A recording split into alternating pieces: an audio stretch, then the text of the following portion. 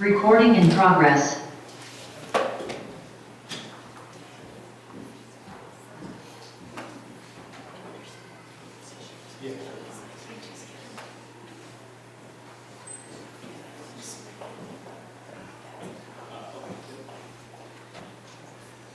And we just have a few more proclamations for the record. We have a proclamation recognizing April 22nd, 2025 as Earth Day in the Township of Middletown. We have a proclamation recognizing May 1st through May 7th, 2025 as Elks Youth Week in the Township of Middletown.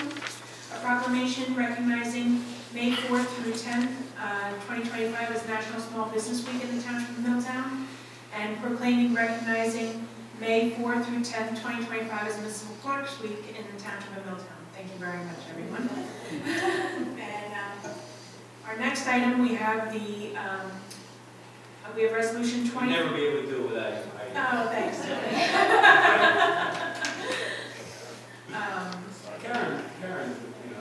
Karen's doing the process. Absolutely.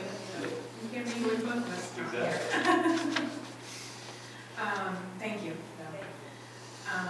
Next, we have the budget category. We're going to do resolution 25-153, a resolution authorizing the township clerk to read the budget by title. May I have a motion? Motion. Sorry. Committeeman Clark. Yes. Committeewoman Kratz. Yes. Committeeman Sanmarino. Yes. Deputy Mayor Hybel. Yes. Mayor Perry. Yes. Motion carries to adopt resolution 25-153.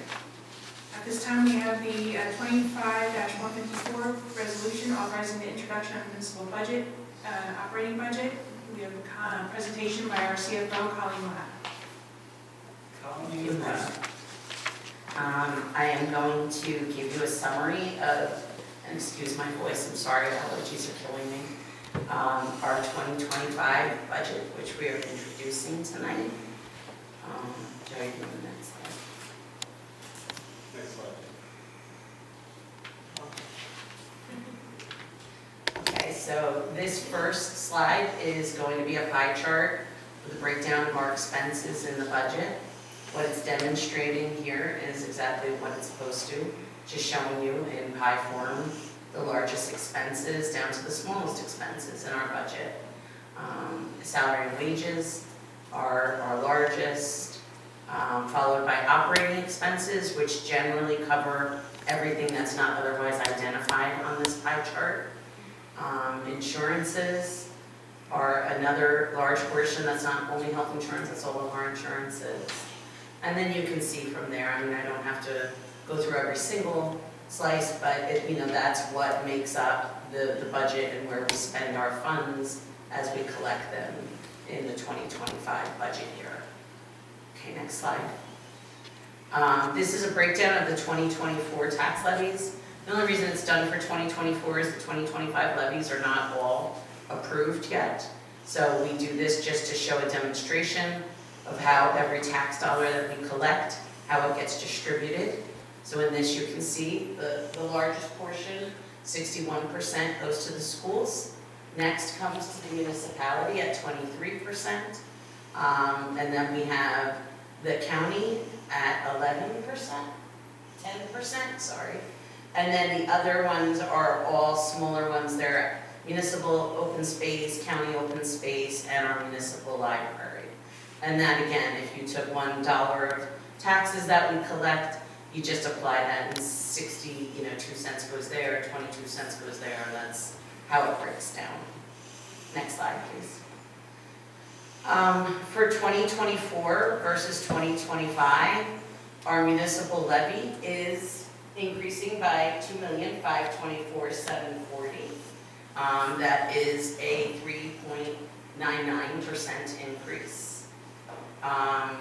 Our tax rate is projected to decrease due to the assessed values going up faster than our tax levy at a larger percentage. One of the things that I wanted to point out here was that our average assessed residential home this year is $728,000 and change. Our average assessed residential home has been increasing exponentially over the years, and I like to always do a look back. And that average value was 447,000 and change, for a 63% increase since 2020. Again, on that average assessed home of 728,000, this year's increase in municipal taxes for only the municipal services would go up a little over $8 per month on that household. We have, as we all know, been in a period of inflation, and while inflation has gone up over the past 5 years, it's gone up over 23%. Our budgets have gone up a little over 15%. So we do try, although inflation hits our budgets as well. You know, we feel the same kind of cost risers. Everything that goes up in price goes up in price for us. But we're always well aware that that's difficult for everybody. So we try our best in areas that we can to contain or reduce costs to try and offset things like that. And that's that slide. Can you go to the next one, please, Joe? These are some cost drivers. I always like to point out some of the things that hit our budget this year that we had to deal with. The first one is in our planning department, OE. Because we've been fighting affordable housing in the courts, some of the affordable housing litigation, we have to sustain those costs. So this year, we've seen an increase to our budget of $330,000 for that particular, for that litigation. I'm sorry, the next one is our health insurance. We have an increase of $835,000, which is large, you know, it's a big number, but that's about a 7% increase. And again, this is something that we control, we try. We do a lot with our health insurance, we're self-insured. Although that seems like a very large increase, something like the state health benefits plan, that increase this year is what, you know, we always kind of compare against because that would be an option. Their increase this year was 24%, and I have been on webinars and other meetings where we're hearing that the state health benefits increase for other towns is going to actually probably be somewhere in the high 30% this year. So, you know, being self-insured and managing it the way we do isn't always easy, but it certainly helps to contain those costs for us. Fire hydrants, the rates just, it seems like every year the rates on the fire hydrants are increased by New Jersey American Water. So we had to increase that line by $120,000 to bring that line to $1.2 million for the fire hydrants. Stormwater management is somewhat of a new mandate. The legislation for it had come in a while ago, but the actual requirements are hitting now. So this year we had to increase that line by almost $300,000, bringing it to $520,000. And the one thing I will note on that is not going to taper off anytime soon according to the regulations that are currently in place. That line will continue to increase. Fuel, that was just, you know, fuel is what it is. We had to increase that. There's nothing amazing there. Street lights, another one where rates were increased, so we had to increase this line by over $100,000 this year. And then another big cost driver is on the revenue side. One of the things that I'll talk about at the end that I do every year is I talk about our energy receipts tax, and that used to be collected locally, it's now collected at the state level. We've been almost flat in that number for many, many years now, where that is really a local revenue that used to increase each year and would increase our revenues in our budget, but it hasn't in, like I said, a very long time. The state had started trying to put money in and getting us back to where we should be, and then they didn't fund it. They didn't fund it last year. They're not funding it in the upcoming budget cycle. So we lost $630,000 of state aid, and that is a percentage on our levy almost. So that, you know, things like that drive the costs as well. That in and of itself is 1%, correct? Almost almost Yes. nearly 1%. Mm-hmm. Okay, next, Joe. So this is my slide I do at the end of each year. So what we should be at is 12,565,996 in our energy tax receipts, but we're at 6,117,000. So we should, in this year alone, we should have another 6,479,000, which would have negated any kind of increase and actually would have lowered taxes. And the whole time, as you can see, I started this in 2001, so this is 23 years where we've, it started. You can see where it started flat, and then you can see our green line where we start to drop down. And in that calculation, we are owed, we should have been paid over $89 million, and that's just staggering to me because that's almost our entire budget. And it's just a matter of, it should be local revenue. We're not the only town, we're not alone in this. And those funds should be returned to the local budget so that we don't have to raise taxes for things. And that is it. Okay. Any questions for Colleen? Colleen, I just want to say, first of all, thank you. Yourself, Tony Mercatante, now our former Assistant Administrator, June Van Ness, all of our department heads. This budget process is well, basically, September through today, and it really doesn't end until it is introduced, making changes till the last minute. And I think when you look at our operating expenses have only increased in this budget 0.61%. Right. 0.61%. We've been able to hold the line on salary and wages at 1.51%. It's very tough with investments to ensure that we have a very healthy surplus, to ensure that we have investments in our health insurance trust fund, which if we were to be hit with a health insurance trust claim, we would be able to ensure that the money is there to make those payments and that we aren't eating into our surplus to be able to do that. We got hit with a couple of storms this year, as Ted can attest, that unfortunately hit the storm trust with these snowstorms that seemingly only come at 4 o'clock in the morning on Sunday. Exactly. So bringing that trust and the rest of them up to where we all feel incredibly comfortable while making investments. I don't know if Craig is still here. He's not. Making investments in our police department, in other areas. We know every department head wants the world, but we also have to ensure that we're safeguarding the taxpayers. That's our fiduciary responsibility, and this budget does that. And I know it is always a whirlwind, Colleen, but on behalf of the Township Committee and everyone up here, I want to thank you for your efforts each and every year, because I know a lot of department heads come with a lot of questions and a lot of last-minute requests, but it does take a very organized and thoughtful and very professional effort and that you display each and every year. So I want to thank you, Colleen. All right, so no other questions from any members of the Township Committee? Okay.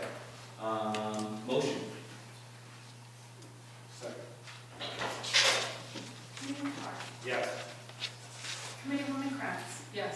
Committeeman Sedambrino. Yes. Deputy Mayor Hybel. Yes. Mayor Perry. Yes. Motion carries to pass resolution 25-154. So that just puts our public hearing on May 28th? Yes. Okay, May 28th. All right. Our Minutes? next item, we have minutes minutes for approval for March 17th, 2025 regular meeting and April 7th, 2025 workshop meeting. Motion to approve.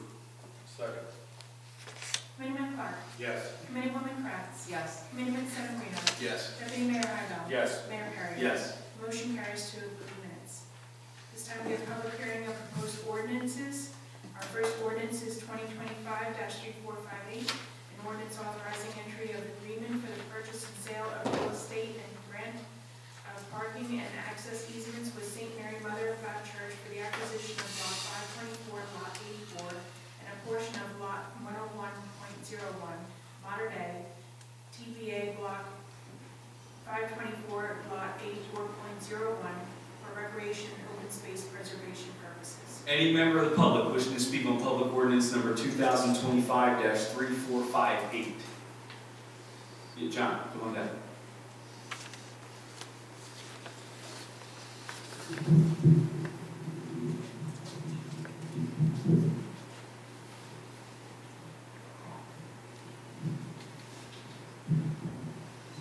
John Spittle, 91 Burlington Avenue. I just wanted to thank the mayor and the township committee for this ordinance. It means a lot to me. In words of Rick Heibel, it's a win-win situation for the township and the church. But it means a lot being on the open space committee. I remember when Modern Day closed in 2022. It was already that discussion. I remember Tony Mercatante saying, maybe sometime in the future the township might turn it into a park, and it's really cool to see it almost come into action now. But it also means a lot being a parishioner at St. Mary's, an alumni from St. Mary's School, and of course Modern Day Prep in 2018 when it was still an active school. I just wanted to put for the public record, I wanted to honor some of the people some of the teachers and faculty at Modern Day that really made the school for what it was. The deceased faculty, Martina O'Connell, Kevin Atridge, Phil Masterson, Mary Barbara Crow, and Sandra Latimer. And I also want to honor some of the teachers still alive today that, like I said, it made Modern Day a special place, and it'll be cool to see it, be a public park in the future now. Eileen Cahill, Jeannie Dickinson, Albert Rebuffo, Rick Stimson, and Mike Benelli. So thanks again, and I'm really excited to see it hopefully, become a public park in the near future. Thank you. Thanks, John. Any other member of the public wishing to make a public comment? See no other member of the... Tara? Not about that, or just something else. Yeah, well, at the end, we'll have a public comment. On the ordinance, seeing no other member of the public except before, move to close the public portion and approve. Second. Committeeman Clark. Recuse. Committeewoman Kratz. Yes. Committeeman Sedambrino. Yes. Deputy Mayor Hybel. Yes. Mayor Perry. Yes. Motion carries to adopt ordinance 2025-3458 with refusal noted.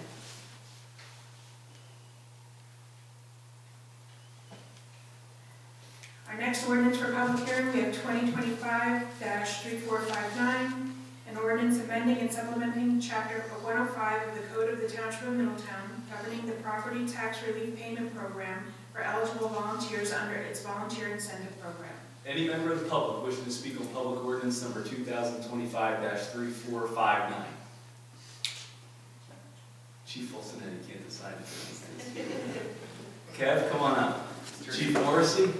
Turn into a ventriloquist. Yeah. Kevin Morrissey, 634 Locust Point Road. On behalf of Chief Olson and the other chiefs and the members of the volunteer fire department, I'd really like to thank the committee for putting this together and delivering it. It will go a long way to strengthening our department and bringing up our members. We've seen some great success lately.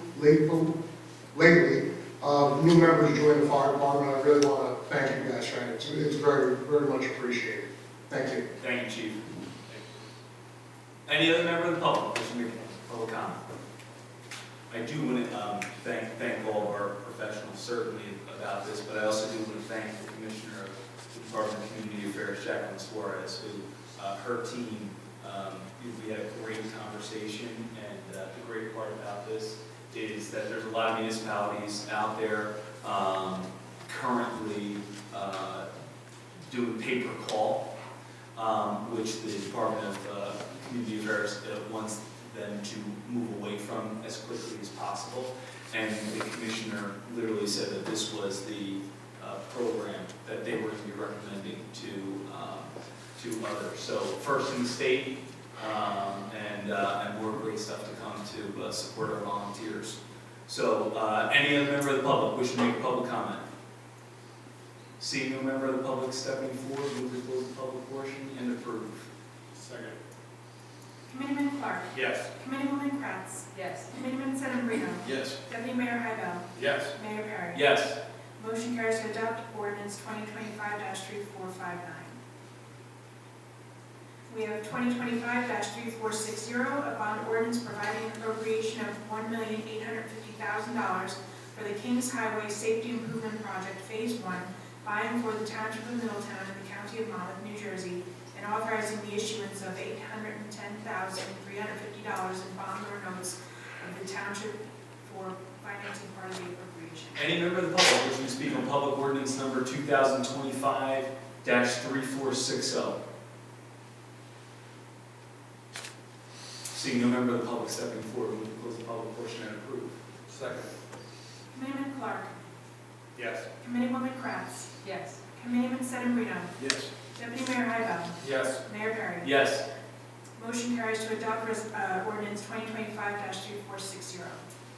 This time we have 2025-3461, a bond ordinance providing an appropriation of $3 million for acquisition of property by and for the Township of Middletown in the County of Monmouth, New Jersey, and authorizing the issuance of $2,850,000 in bonds or notes of the Township for financing part of the appropriation. Any member of the public wishing to speak on public ordinance number 2025-3461? Yes.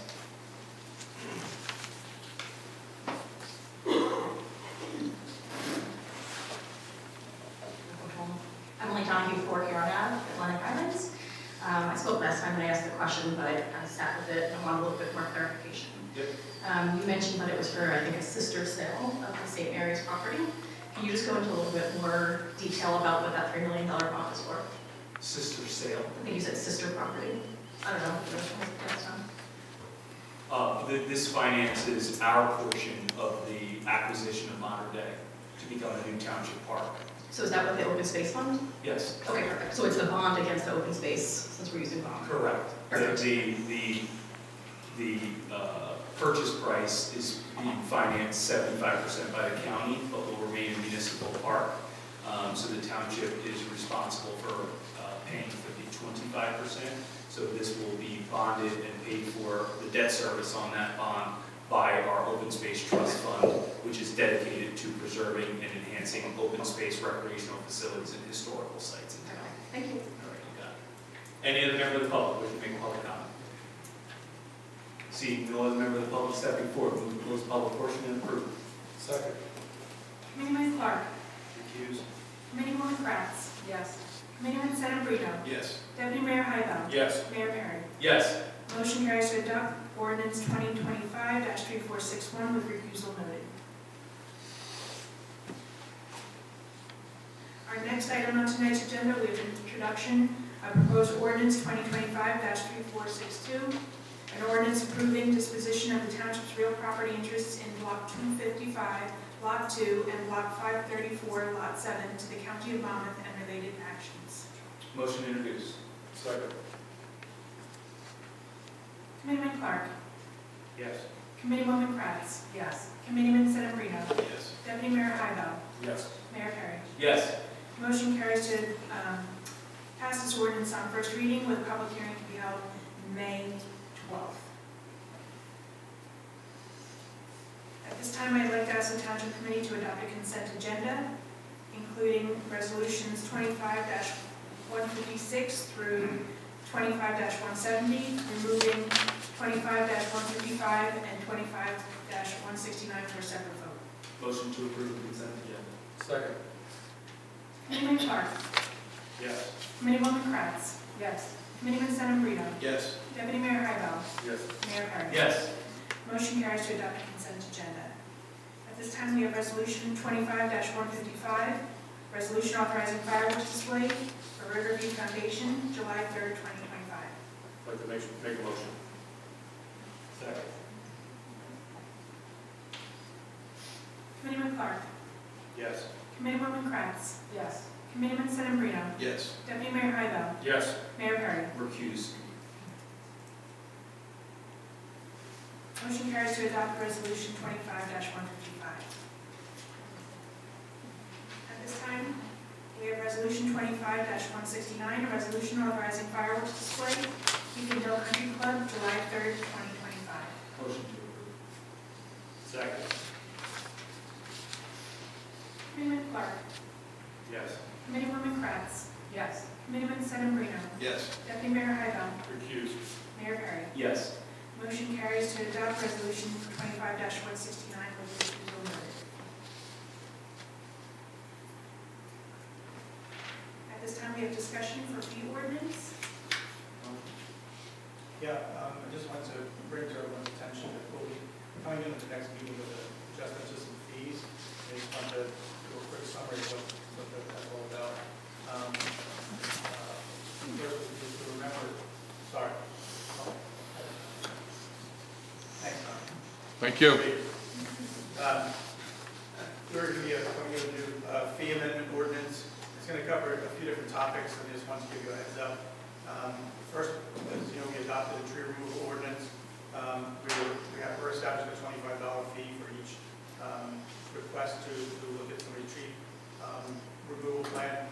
And this only applies if you meet the criteria for having to get a permit. If you don't need a permit, there is no fee. We still have to review it, but there's no fee. Affordable housing, our staff spend a lot of time helping landlords find their next tenants. So there's a $150 fee that we charge for each tenant search.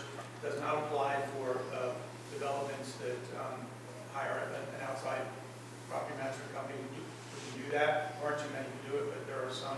So it doesn't apply to them, but anyone else, we're finding a tenant for them. We have to maintain a waiting list. There'll be a fee for that.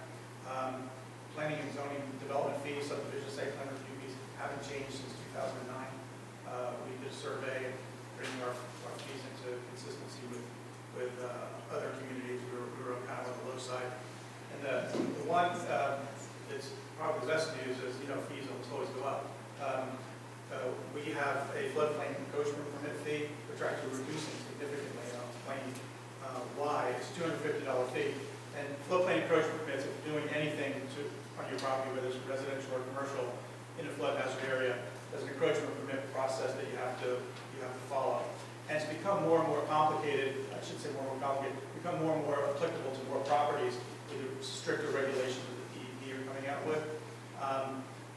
So the fee was $250 for very many years, and the reason was because we had to have an outside consultant review those applications. You have to be what's called a certified floodplain manager to review those permits. We have a member of staff who became a certified floodplain management manager, and so we were able to reduce the fees significantly to $100 for commercial and $50 for residential requests. So it's going from $250 to a dramatically lower fee. So I don't think we've ever had that happen before. But because we have somebody on staff who can do that, we don't have to farm it out to a consultant anymore. So. But they should be ready for introduction. Yeah. Any questions? Patrick, any comments? All right.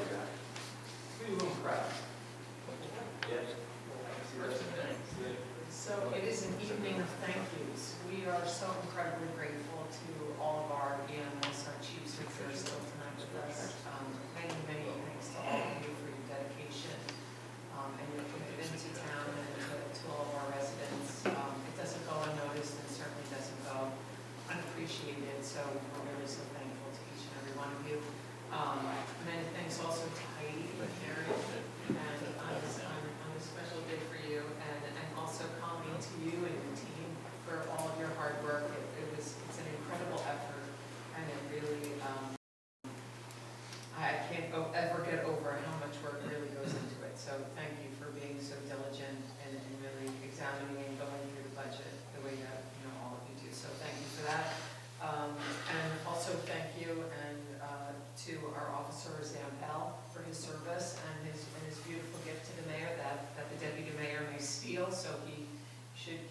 so not for sure, but, I have officers in Delaware.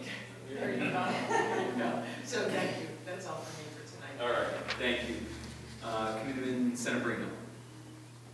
Thank you, Mr. Mayor. I know Committeeman Clark was chomping at the bit there. He's ready to go. So I want to echo Committeeman congrats. It certainly is an evening of thanks for everyone here. Thank you to our chiefs with regard to the fire department. This being Volunteer Month and Donate Life Month, I want to make a distinction here. My parents are 85. My father's 85, and he had said to me that he was drafted to serve in peacetime in Vietnam. And you don't think about that today. You don't think about not being given a choice to serve in the military. But whether it's active duty service, like Officer Zampel, or Volunteer Month, or even Donate Life Month, these are choices that people today make actively to improve the country, improve the township, and make it a better place to live. And those are choices that they don't need to make. Very different than the draft. And luckily today we don't need to experience that, but we have to thank everyone that volunteers their time and runs into danger to make the people that are not volunteering their time safe and make this nation safe and its township safe. So thank you very much for your service, and we appreciate that very great distinction that happens only by choice today. So that's one item there. The other item is, I need to point out that when John Spinelli, did he leave? He did. He left. Did you hear what I heard? He quoted Deputy Mayor Hyman. I'm curious. Yeah. And he That's why he left. And he said, I'm going to quote Deputy Mayor Hyman with regard to the modern day acquisition. And he said, in the words of Deputy Mayor Hyman, this is a win-win. Yeah. Which you can hear him saying too. And it certainly is. So, Mr. Mayor, Mr. Deputy Mayor, I want to thank you for your help and leadership in acquiring this property for the township. And it certainly is a win-win in that the majority of the funds are not being borne by the local taxpayers, but are being borne by the county, that the township is maintaining ownership of the property, and all of the monies that are used for acquisition of this property will stay in Middletown. It will not go to the county, it will not go to the state, but it will stay to help improvements at the school, which is very, very important. And that current acquisition costs are made based on open space funds that have been acquired through that tax. And it's just so I have to thank Mr. Spinelli in quoting Deputy Mayor for a win-win as well. The only other thing I'll bring up is a great thanks to Colleen and to Mr. Mercantante for the great budget and all the work that you've done. And what I want to point out is that we actually have a 7% lower tax rate. And so the tax rate has gone down. And that's very important to understand. And that means that the values of the property in Middletown, the property in which we live, have gone up faster than the amount of money than the tax levy. And that's really important to point out. So 7%, the tax rate has gone down, and the amount to be raised by taxation has gone up less than 4%. So when you have that change, in terms of the tax rate going down, it just means that this budget continues to be as tight as it can be, and we keep in mind all the taxpayers of the township to make it as efficient as possible. So Colleen and Tony and Mr. Mayor, thank you for your leadership on this, and I'm glad to be a part of this committee. That's all I have this evening. Thank you. Thank you. Committeeman Clark. You didn't think there'd be anything left for me to say? I'd like to echo everybody else's comments to our CFO. Your work, your team's work is invaluable to our ability to make decisions for the town, for our community, and your interaction with department heads like the fire chiefs and the police chiefs and DPW and every other group that we have in town helps to keep our services at a level that most towns can't maintain in the current situations that we've been in for the last few years financially, as a country and as a state. So that work is unreal, and I want to be on record saying thank you. reference to Volunteer Month. I've been fortunate to be a member of the fire service now for nearly 30 years. I got to sit in the same seat as these three gentlemen up here with the white hats, and it was the honor of my life to do that. And we've been working really, really hard since I started in the fire department in the mid-90s to not only find new membership, but hold on to them, right? So as we grow in the community, 16, 17, 18 years old, you come in as an explorer, you go through Fire One, you go to college, or life takes over, and you have to move, right, for whatever reason or another. Middletown's always been polarizing in the sense that a lot of people don't leave. Kevin's been here a long time, Dan's been here a long time, Tony's been here a long time, I've spent my whole life here. Deputy Mayor Hybel, former fire chief, has spent his entire life here. And part of the reason that we decided to stay here was our commitment to the volunteer services. Over the years, it's been difficult, like I said, to maintain that. In 2016, we were very lucky to get a federal grant to start a process of retention and recruitment. And at that time, we were a model for the state as to how to kind of find creative ways to get to the younger people through Instagram, through Facebook, through all these different means that the fire service were typically dinosaurs about. We had to get into. We started getting out in front of the community at fairs, and every community event we could get in front of. And that goes so far. It's 10 years ago. It doesn't seem like 10 years ago, Dan, that we were putting up those tents for the first time and trying to get people to stop by and say hello, but it was.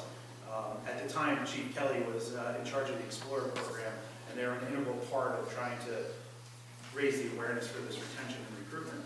And then the mayor and the deputy mayor came to us with a proposal of the volunteer incentive program, which is the next step in that ability to retain, right? So we can recruit, but how do we keep them? And it's programs like this that the five of us are able to get behind to try to retain this membership and hopefully incentivize people to stay in town the way that we've been fortunate enough to stay in town. So, it's something I'll be grateful for being on the committee as we did this, and hopefully it trickles down to the fire, EMS, OEM, and any other parts. And as Mayor Perry alluded to, we will be a model for the state again as to how to continue to keep people in the community ranks, volunteering, and offset the cost that would come along with having a paid fire department, EMS, OEM, and so on and so forth. So I just wanted to say thank you to the rest of the community for supporting it and moving it forward, and to Mayor Perry and Deputy Mayor Hybel for championing it to different levels, county and statewide. And that'll be it. Thank you. Thank you. Deanna? Well, I got a lot there, because nobody got a lot, so. I'm a little scared saying these, but, because there's a lot of people here in the crowd tonight. Wait a minute, yeah, no, we do a lot of things up here, this whole entire group, but tonight is a pretty special night. Definitely for me, I know for the committee here.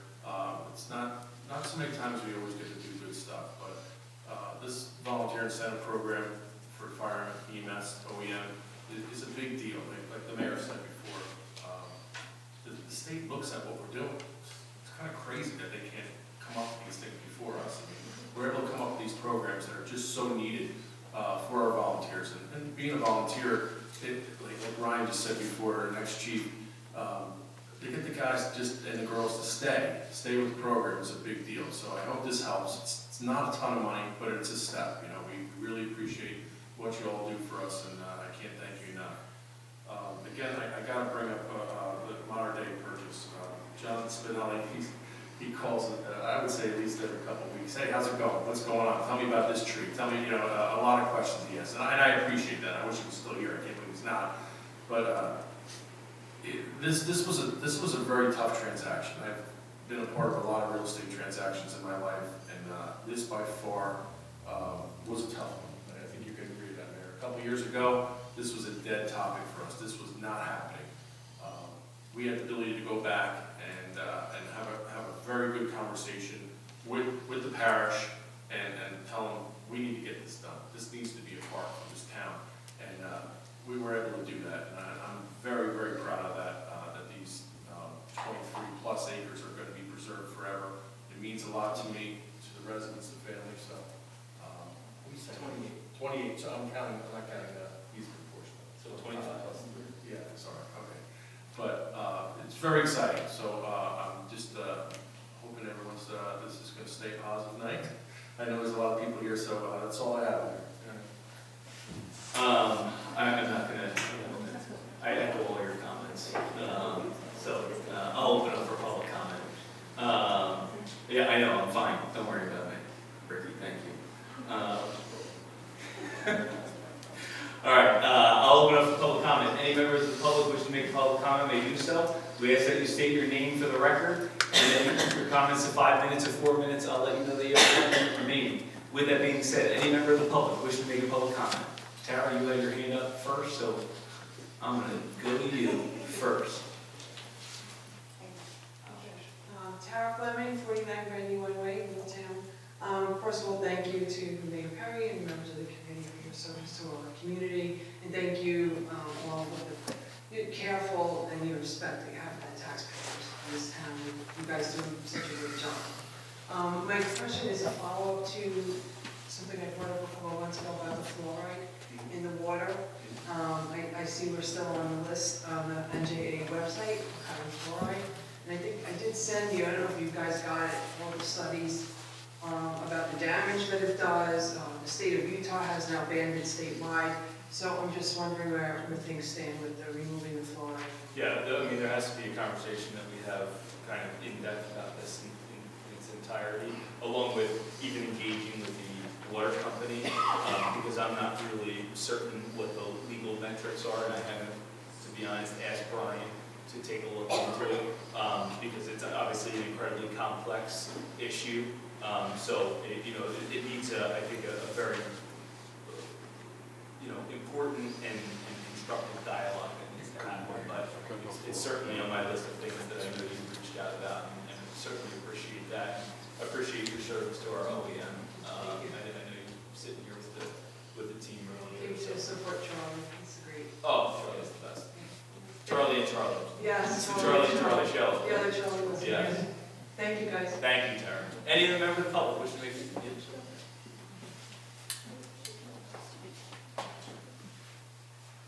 My name is Susan Makaitis, and I live at 63 Pave Drive in Navesink.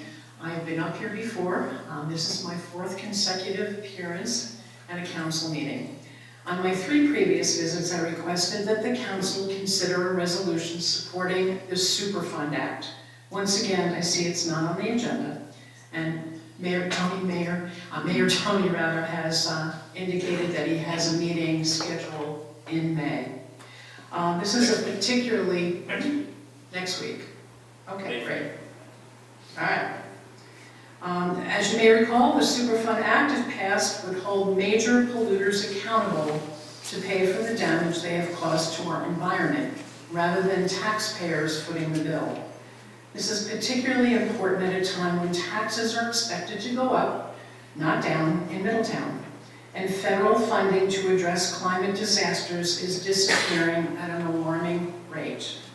This should be an easy yes. As a Middletown taxpayer, I'm respectfully asking why Middletown is reluctant to support a bill that would be beneficial to our town at no cost to taxpayers. Other Monmouth County towns that have already voted to support this bill include Asbury Park, Red Bank, Atlantic Highlands, and Long Branch. So I look forward to the council coming back with an affirmative vote on supporting the Superfund bill. Thank you very much. Thank you. Any other member of the public? How are you? Hi, Kristen Rooney on Oakdale Run. I wanted to start by also thanking all of you for your service to our town as residents. We really appreciate all you do and all that you do. So I was here just because we all know all the things that have been going on with our schools, and we've had lots of conversations, which I think was a silver lining of everything that's going on. We're kind of all paying attention now. So I know that our final budget isn't out, and I didn't see the details of that. So safe to assume that we're sharing the class 3s in the interest of security being kind of a The first we in the heard, entrance of the the, first we heard the school district call us was when they sent Tony an email on Wednesday. okay, That was the first time that anyone had related to just deciding on a how. shared service discussion. And then zero conversations up until that point. Okay, maybe we can talk about, and I don't, our meeting is until Wednesday, they didn't put out the final details of our budget until earlier today, so I haven't seen it. I guess I was just more following up as a person. It has to go through a shared services committee. And quite frankly, the last time we went through a shared services, we had a discussion about this in the shared services meeting. It was described as a backroom deal. All of the shared services between the town and the school district have to go through a shared service committee. That's the beauty of it. All the other agreements that we've ever had goes through the shared services committee. No one has reached out. We made an offer. That offer was rejected, and no one followed up. So Who are you waiting for? I'm personally just a parent, so I don't know someone. all these things. First time calling here. This governing body sat in unison and gave what we felt was a very fair and good proposal to have a conversation on. I've had multiple meetings since then, but I've had no discussions and no one has called my phone or. So a sent me shared emails. services, meaning like from a Board of Ed perspective. The Board of Ed would have to do whatever they do in terms of saying, we want to approach the township about X. Okay. Until Wednesday, no one, it's an already existing agreement that's been approved twice by this governing body and twice by the Board of Education. And when I was informed that the board voted 7-2 at their last board meeting, it was apparent and clear by the conversations that were being had in public that deal was not acceptable. I think that vote though was on whether or not they were gonna apply to raise taxes, so I don't think that had anything to do Oh, with. no. The shared service agreement is called a backroom deal in public. No, I mean, at least what I understand is the vote that they did at the last meeting was whether or not they were gonna apply to the state to raise taxes to whatever amount. Correct. But they didn't vote on anything else there. So that's why I was asking, is that It was more something than, we're still talking it was about? more than clear in the opinion of everyone sitting up here, Okay. including our administrator, who made it clear to the business administrator of the school district that we made an offer it was completely eradicated and dismissed as a backroom deal and was not interested, and no one has reached out since. Okay, so just from like when parents ask me, because I'm part of the PTA at the school, and, everybody heard everything that was going on, and we talked about everyone working together and planning, and I personally think that that's what we all want. Speaking as a parent and a resident of Middletown. So, for me, I'm asking, like, what do we need to do to continue to foster this, because I think. This governing body can do no more than it has already done. Talking more. Quite frankly, Involved. Quite frankly, I'm astonished that no one tried to have a conversation with us about it. That's pretty mind-boggling to me. Yeah, it's good to know, because it's something, like I said, that we don't know, because obviously I'm not. I mean, you and I had a conversation, Eric We was shared there. We shared, We shared the bullhorn. Your husband held it. My husband Held it for me. Yeah, it's cute. No, but there should have been an ongoing. Yeah, there still should be though, that's what I'm saying. So that's why I was asking, like, where did that go? Because we don't know, right? We're waiting. It's in there. So, okay. It's in there. Then I'll ask some more questions. Unfortunately, Amy Doherty can't come on Wednesday and say, hey, we need to do this. And it's like, where have you been for weeks? Yeah. Silence, radio silence, Okay. nothing, for weeks. Not to mention our budget's now introduced. Yeah. We really can't change our budget. Okay. So So, I mean, you have to have a dialogue. It has to be, but to be described as a backroom deal is laughable, because all the other services, all the other things that we're doing, investing millions of dollars into sprinkler systems and fields and all these different things, and then to be said, well, that's okay to be done in a shared service committee meeting. All the other costs associated. This budget that was introduced today pays 100% of multiple things that the school district benefits from and is related to the school district. Yeah.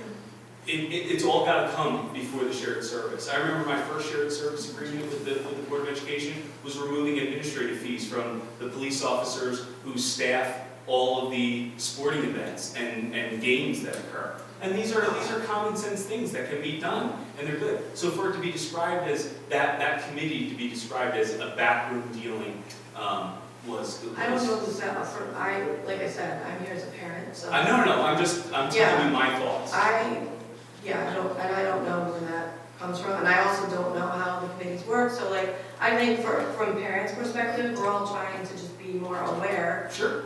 right, of how all of these things work, and, Yeah. you know, what does that part of the budget cover? That's Yeah. why we're trying to be here and be present, and Yeah.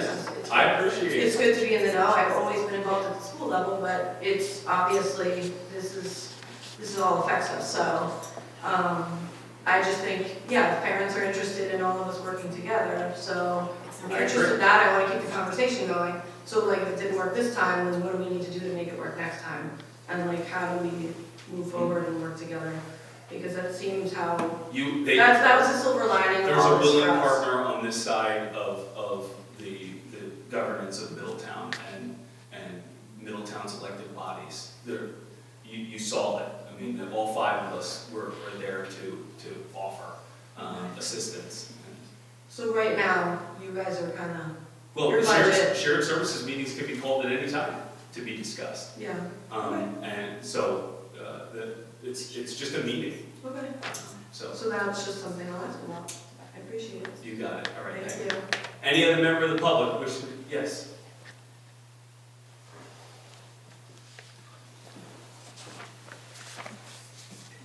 How are you? Good, how are you? Good, thank you. Laura Casares, I live at 415 Martin Court, Leonardo. Continuing on with the schools, not with the shared service. I'm just curious because, you know, in the last, what's come out lately is the school board is $10 million in the hole. So my question is, what kind of oversight is going on between the township committee and the schools that, because this obviously, this deficit has been building up for years. Well, you were sitting right next to Joe Minnie. Yes, and I have been talking to her. I know she knows the answer to this Yes.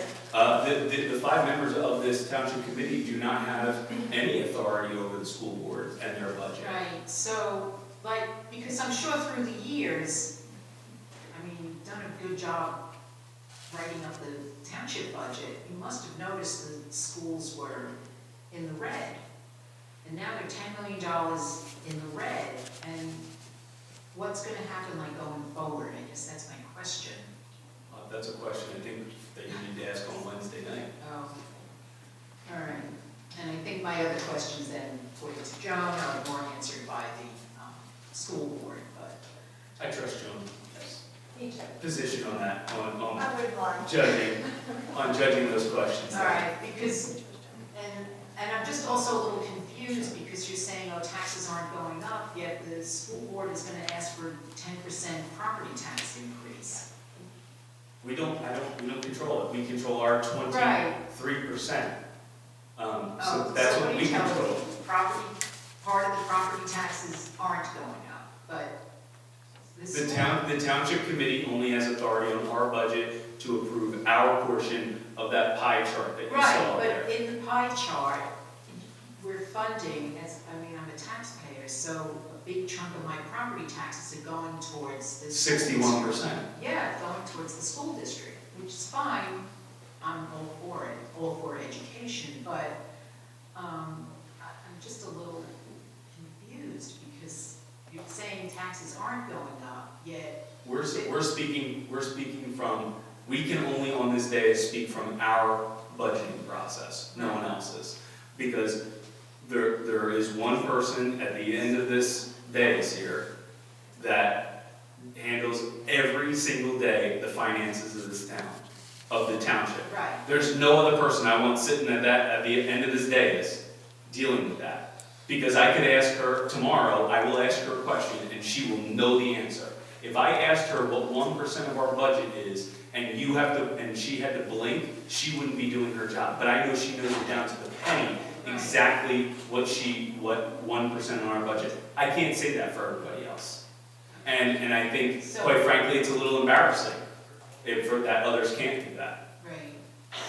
Because the school board is going to ask for a 10% property tax increase. Is that, I know That's what I it was up to, I don't know That's what I've read. what it ended up at. Yeah, I mean, the last thing that I read is that they voted down to 5.8% in favor of the 10%. Up to 10.1%. Right. But I'm assuming on Wednesday?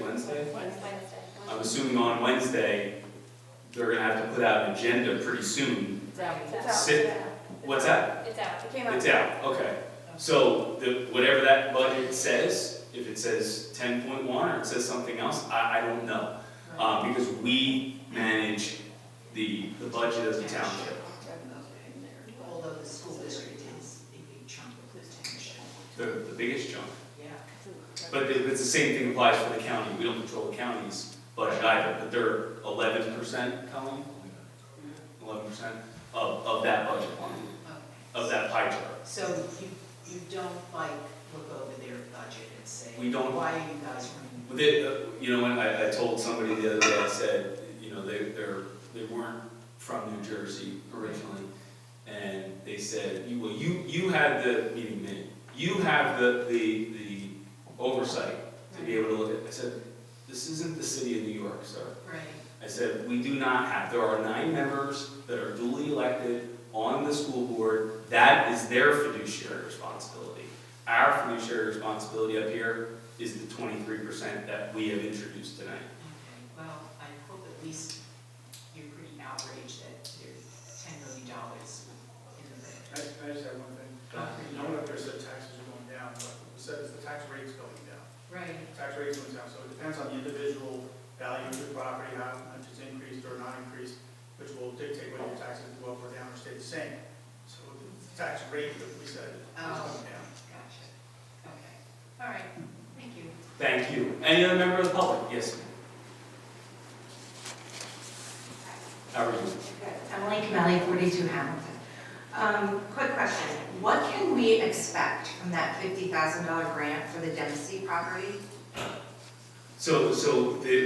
As you know, the Dempsey property, we started getting rid of some of the invasive trees that were all around there. Right. Some of them were compromising the exterior of the building, and that is part of the historic nature of the Dempsey house. We have applied to SHPO for certain historical designations. That's the State Historic Preservation Office, if you want. But the grant was so we need to bring utilities to that building. Right. There's no utilities. There's nothing in there. So in order for us to be able to utilize that building, really the long and short of it is we need to get power and water to that. What about the surrounding property? That looks terrible. For the 17 years I've lived there, it looks terrible. The So surrounding- the forest area around it, I understand trees were cut down, Yep. but the area that goes between Highland and Thompson and Hamilton, Yep. it's a mess. It's a mess. Okay. I'll take a look at I've it. lived there 17 years and it's never been cleaned. I was just over there the other day, but I'll take a look Yeah. specifically about what. Yeah. I just worry about kids. Kids are biking. There's tree limbs. It needs to be It cleaned. is the woods. It is the woods, but I would like to be proactive instead of reactive. And if you could, I have to clean my property and keep everything. There's a lot of brush. There's a lot of dead tree limbs. I'm just worried about The safety purpose of the grant is to do a restoration plan for the building itself. of the building. Yeah. Okay.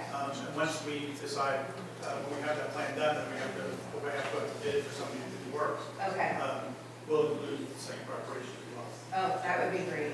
It's a beautiful property. It would just look beautiful to be cleaned up. Yeah, definitely. I mean, we have new signage that's gonna come in and start explaining what the history of the Dempsey House is, because there's none of that, so there's a plaque that's gonna be going towards the front wall, front peanut stone wall, and then there's also gonna be an informational kiosk placed there as well. So the grant itself is for the building? Correct. Okay. What about the $38,000 from 2024? From the New Jersey Historic Preservation Fund? It said there was $38,000. There's that one And the one previous in 2021 for $15,000. Is that the area or all of this? The previous one, $15,000 was spent to get it designated as a historic building. Oh, okay. We did that part of it. The next two grants we got are for the restoration of the building itself. Okay. Which is. See, we as residents get excited to see the grants and we think it's going to be cleaned up for our neighborhood, so It's a slow process. it's a process, Because yeah. you have to go out and you have to hire, there's only a select group of architects that you can hire to work on historic buildings. So you Okay, have to select one, and that's out to bid right now. okay, So something will be selected soon. And okay. you can have a plan, what we, like the mayor said, has no usable electricity, has no water, has no gas. So we have to get all those into the building, decide what we're going to do with the interior of the building, you got to make it handicap accessible. Right. So So maybe, we have an architectural plan that will do all that stuff, then we can actually go out to bid for the work. so maybe parks and maintenance can drive through and see if it can be I'll cleaned up. go out there myself and take a look. Okay, I appreciate that. I've just lived there 17 Yeah. years and nothing, It's it's obviously, got it. Any other member of the public wishing to make a public comment? Yes, ma'am.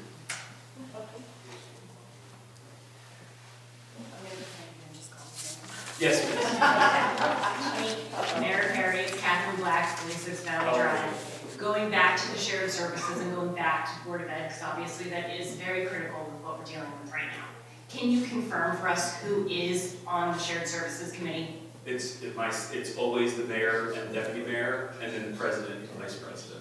Okay, so if any other decisions or things in terms of class 3 officers or the purchase of the property, those conversations only happen in shared services, or would you be able to have those conversations with other Board of Ed members? I mean, I don't know, there might be rules that the Board of Ed has. Rick and I are always at these meetings. I think that the shared services committee is not the four of us. Those are the four elected members, plus Tony, Jess Alphone. Okay, so that was my question. Amy In terms of Doherty. who is in the shared Yes, services and then there's a committee? public member, Who's a right? public member? Because you've already just mentioned more members than what the original four were. I thought you meant, who are the elected members of there? No, so there's always the professionals, so, and then it depends on the subject matter, so like if it's Bayview Schools, which we're putting irrigation down on and sodding all of Bayview Schools fields, right, at our costs.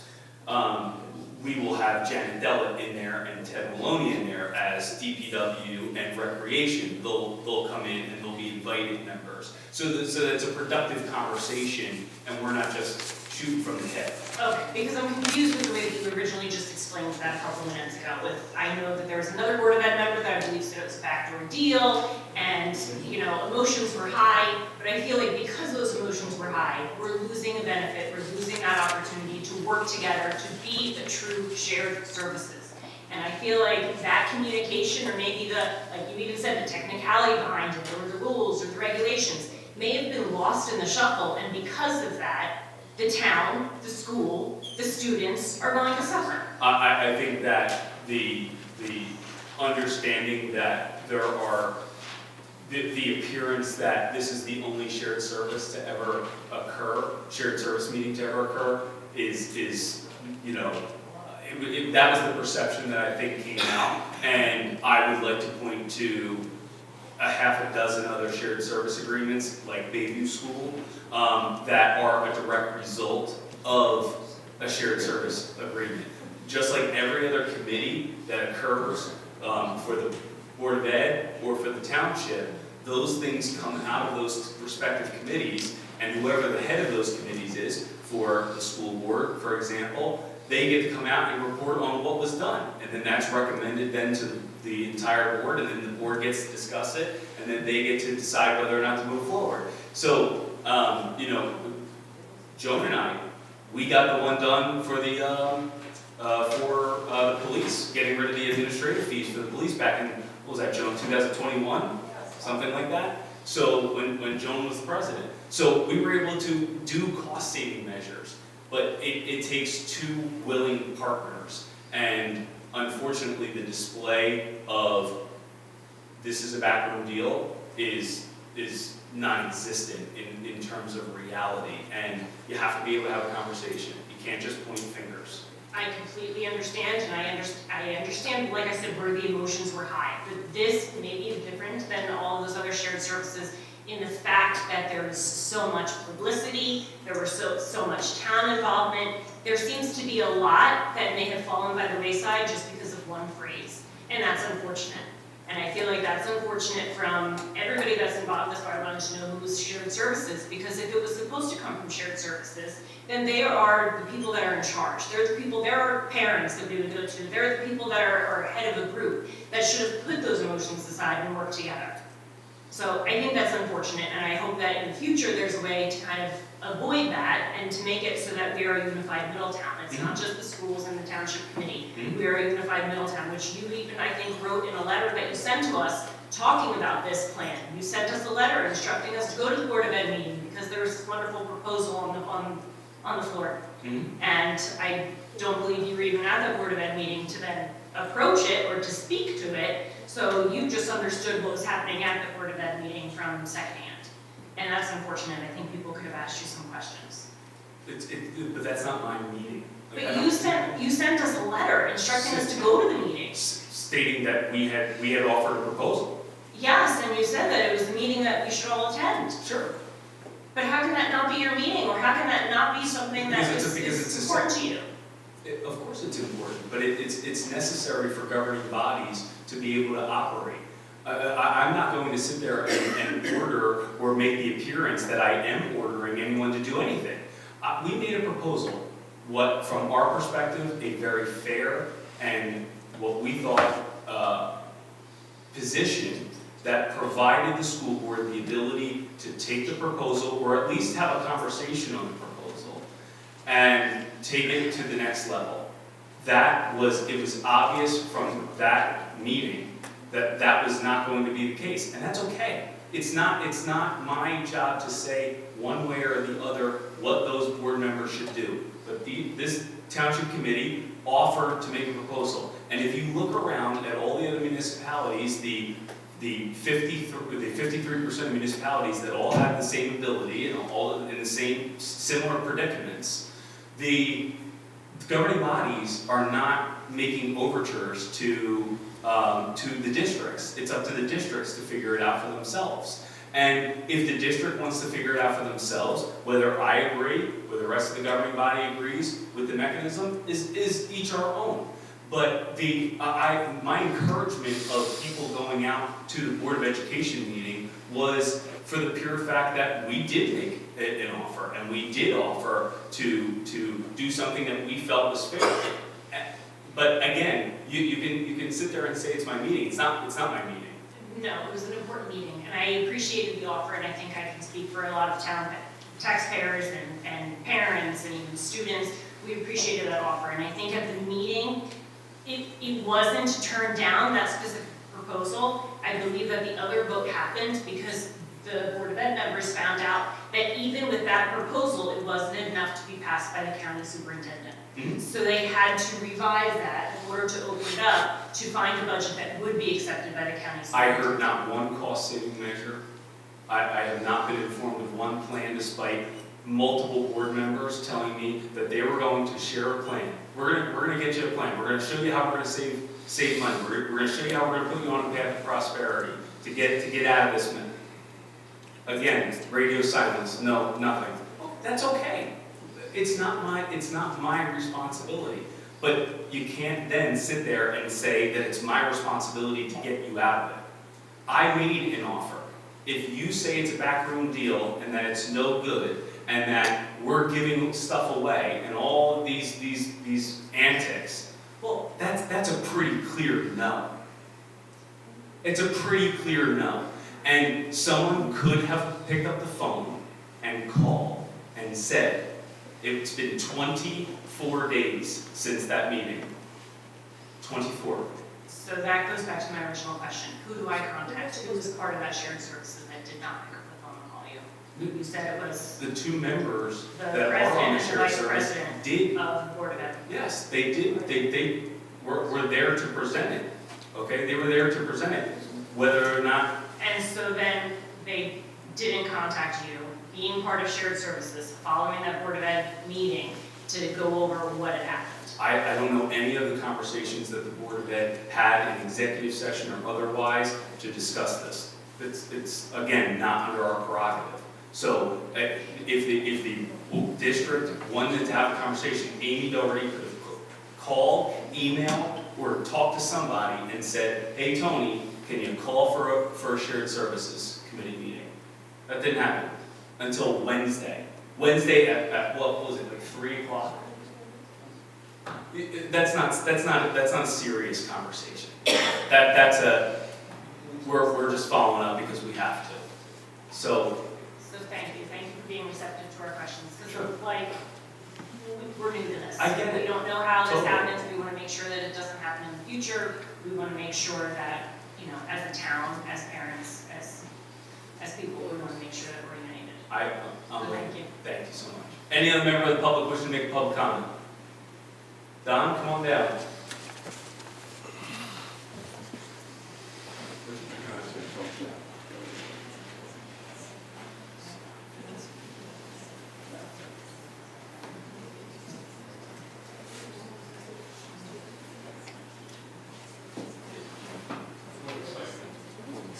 What's up, Don? Hi, my name's Don Watson, living at 1 Compton Drive, and that's in New Monmouth.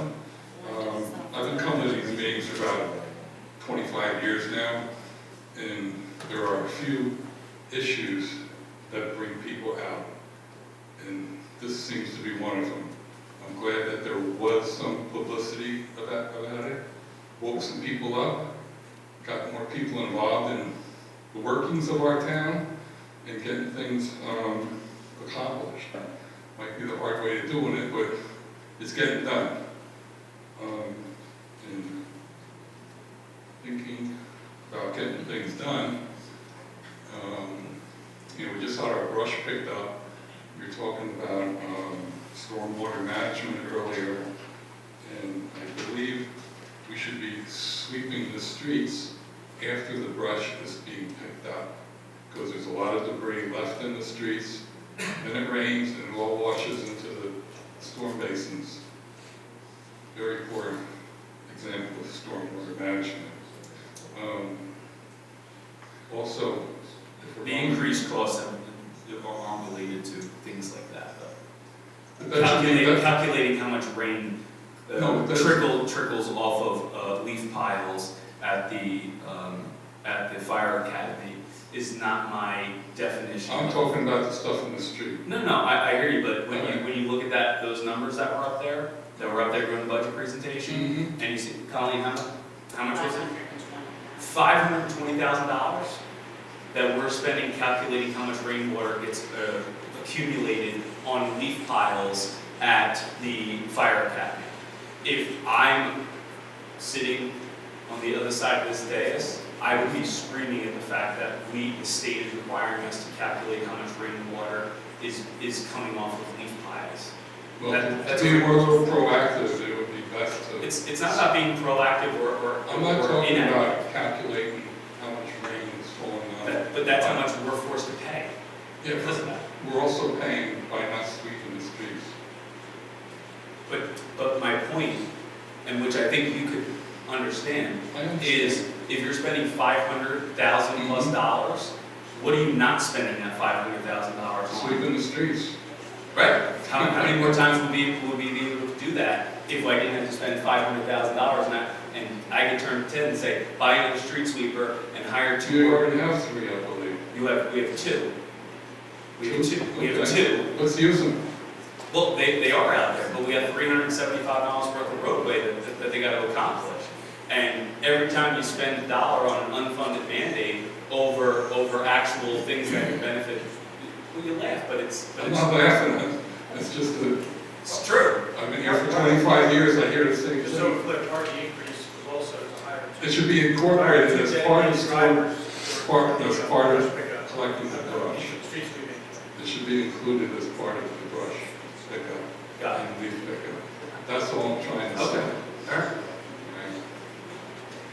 Thank you. That's it. All right. Will it be done? Yes. Yes? On Collinson Drive, we'll have a truck going by Wednesday, right, Ted? There you go. It's taken my neighbor across the street over a week to get his garbage can replaced. He doesn't know because he doesn't answer the phone. I drove down to the office. Well, respectfully, I got here today and wasn't able to talk to Ted because he was on the phone, so, He wasn't talking to me. We usually turn garbage can around in a couple days, that's how. I know because he replaced mine already and it was the next day. Right. You know, Andy was out there to give me a new garbage can. Well, Doc, you get special treatment. yeah, it's done. I shouldn't get special treatment. No, I said you did. Well, I'm calling for my neighbor across the street and I'm not getting special treatment for him. All right. You used it one time. Yeah. Oh, it's only one time use? You gotta turn it in at the end. Any other? Oh, sorry, no, go ahead. That's all right, that's all I got. Thank you All right. very much. You got it. Oh, Thank and one more thing. you. Yes. If you're gonna sweep the street, don't come out of garbage or recycling collection day, because it's like this down the street. So you got Mondays, Fridays. You're limiting us now, Doc. All right. Hey, you Any, got two squeakers. any other member of the public wish to make a public comment? Yes.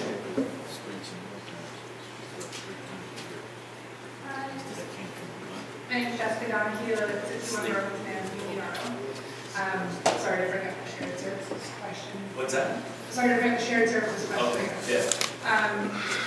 I just, as a resident, as a parent, I'm just trying to get clear on where things sort of fell apart. So I know that the shared services committee, you met with the president, vice president of the board of ed, you guys came up with a plan that was presented to the board of ed, and that was perhaps rejected, perhaps not. I know they voted just on the budget and tax increase and all that. Mhm. Usually when you're negotiating a contract back and forth, and maybe the other party, the board of ed, didn't want to agree to the initial terms of the contract, you would maybe present a counter offer or an alternative proposition. Would that have come from the president and vice president of the board of ed? Would have come back from the board. The But- board would have reported back to those individuals, and they would have come back to the shared services committee. But it would go back to the president and vice president of The board would have to go back to, when, in that Right. meeting, the board could have given direction to those individuals to say, let's have a conversation with them about X, and let's see if we'll do X. Okay, and then when Amy emailed you on Wednesday, and it was 3 o'clock in the afternoon, and it's been 20-something days since the last meeting, what was the response from your office or the township? Were you willing to work with her? Were you Tony speaking to her? said, we're always willing to meet, but it's been radio silence. And Okay, it was very clear and abundant that there was no alternative proposed to the township. okay, so if the Board of Ed has this meeting on Wednesday and they have an alternative proposition for you guys, are they able to bring that to a shared services meeting at this point? Or is Always. your They can budget only- closed for 2025, 2026, and you can't have it? But just because the budget is finalized or, you know, has been introduced and has a public hearing, the shared services meetings happen all throughout the year. Okay. So it's always an ongoing conversation. It has to be.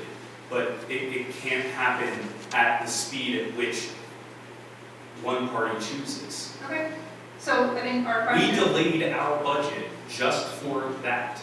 And that is why we are here on April 28th introducing the budget rather than 2 weeks ago. Okay. Correct, Colin? I'm sorry, 3 weeks. It's been 3 weeks. So our question should really be directed to the Board of Ed on Wednesday Board and of- say, do they have an alternative to work with you guys, the shared services, Of to get course. that part of the Of cost course. covered? Okay, all right, thank you. You got it. Any other member of the public wish to? Bruce, I got you next.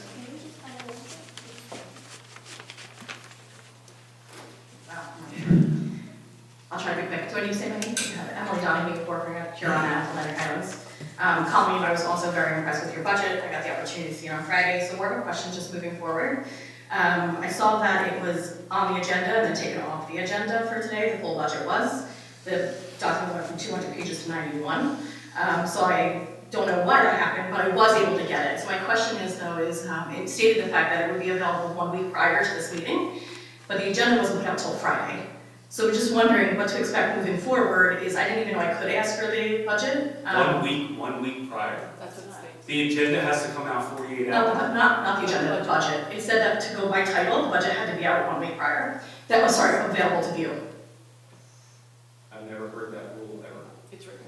It's written. It's for the introduction, No, that's, you're talking about for the public hearing. hearing. Yeah. The public hearing is available for we have it out for 4 weeks. It'll be advertised on Friday in the newspaper, and it's available online as of tomorrow.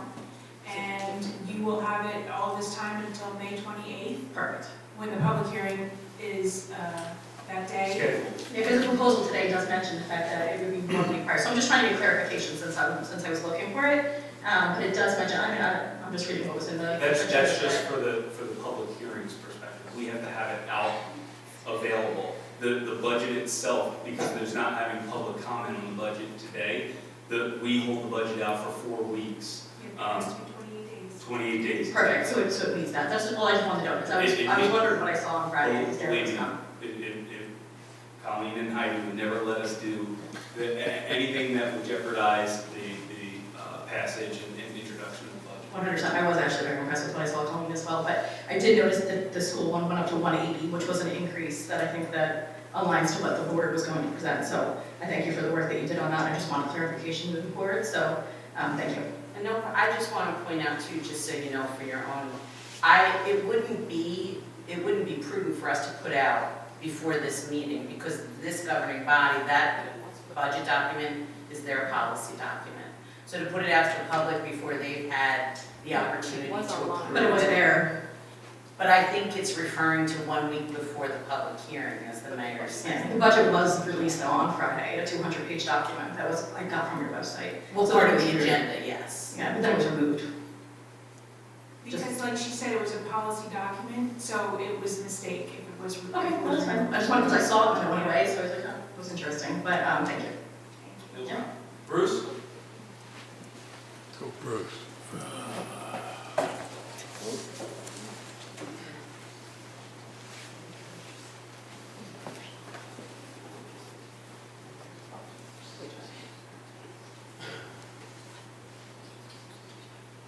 Bruce Stafford, 39 Brainerd, Fort Monmouth. Hopefully this comment's going to help Don Watson's situation with sweeping the streets. Correct me if I'm wrong, I believe quite a while back, Tony Mercante made mention that the state of New Jersey came out with a mandate that all the streets in Middletown have to be swept 3 times a year. Correct? They did, and then they delayed the implementation of that for this year. They came out a couple of years ago, and then they carried it for a couple of years, so it goes into effect this year. It's not a legislative change, it's a regulatory change that the Department of Environmental Protection has instituted. They had since, when we first started discussing this last year, delayed that. They did delay it for several years, the enforcement action of the Department of Environmental Protection. So it does take effect this year, which is why part of the increase that you saw in the stormwater management portion included, correct me if I'm wrong, it was 2 people, correct? 2 drivers of both vehicles, street sweepers that we have. Okay, so it goes into effect this year that the streets will be swept 3 times? Correct. I thought it was twice a year. That'd make a change. I think I remember 3. It's every, sorry, not getting wasted. It's, I didn't mean to catch you off guard. no, it's okay. It's twice a year. He loves but- talking about But, I hate it. But also, 48 hours after snow is gone, you have to sweep also. So if you have 5 snowstorms in a given year, let's hope you don't, after every one of those, you have to sweep the Yeah, streets as well. I understand, I know the regs. After a snowstorm, you're supposed to shovel your sidewalk within 24 hours too. Well, yeah, we'll definitely not do that. I know that. But we're gonna have to see I know those that. streets, yeah. I live on a street where a lot of them don't get shoveled. We do have 2 new sweepers currently and 1 old one, No, we have one new one. One new one, one old one. and 1's on order. One's out of order. Well, we have a third that's essentially going to. The metal's been manufactured though. Sorry? The metal for the new Yes. sweeper's been manufactured. Yeah, I hope so. Okay, thank you. Thank you, Bruce. Any other member of the public? See no member of the public, second board will close the public portion and adjourn. Second. Mayor Clark. Yes. Mayor Kratz. Yes. Mayor Sedambrino. Yes. Mayor Hyden. Yes. Mayor Perry. Yes, have a good night, everybody. Thank you all.